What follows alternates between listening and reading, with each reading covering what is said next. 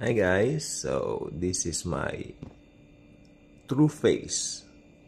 Walang daya, just me, the real me. Okay?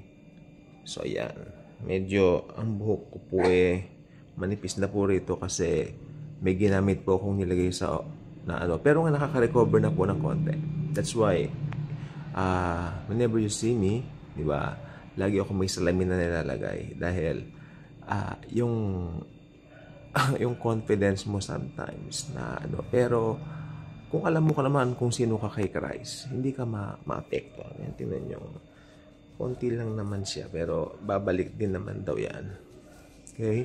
So, yung mga nagti-TikTok, I suggest you also present your true self. The true face. Your true face. Yeah. Your true face is that that's the very thing, or that's the very what do you call this, image of God in you, sapagkat nilalang tayo sa wangis ng Panginoon, di ba? So yan po ako. That's the real me. May kanta nga po si J-Lo, I'm real. So let's be real about everything. Ngayon, paglalagyan mo nga naman siya ng salamin, it would look presentable.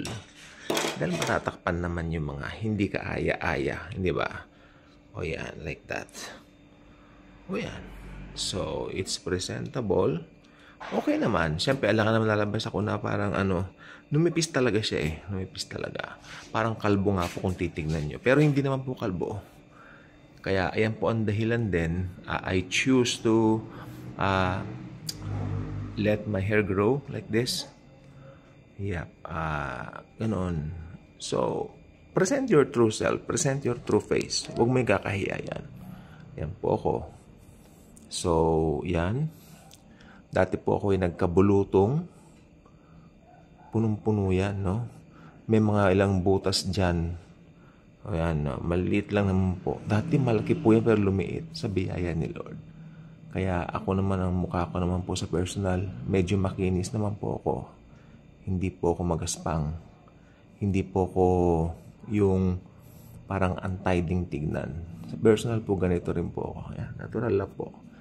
So, yan ang ng Panginoon po sa atin. So, let's present our true face. Dahil yan po ang, dyan tayo pagka lumalabas po tayo.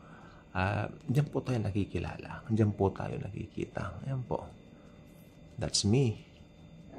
The real me. Okay. At, ayan po.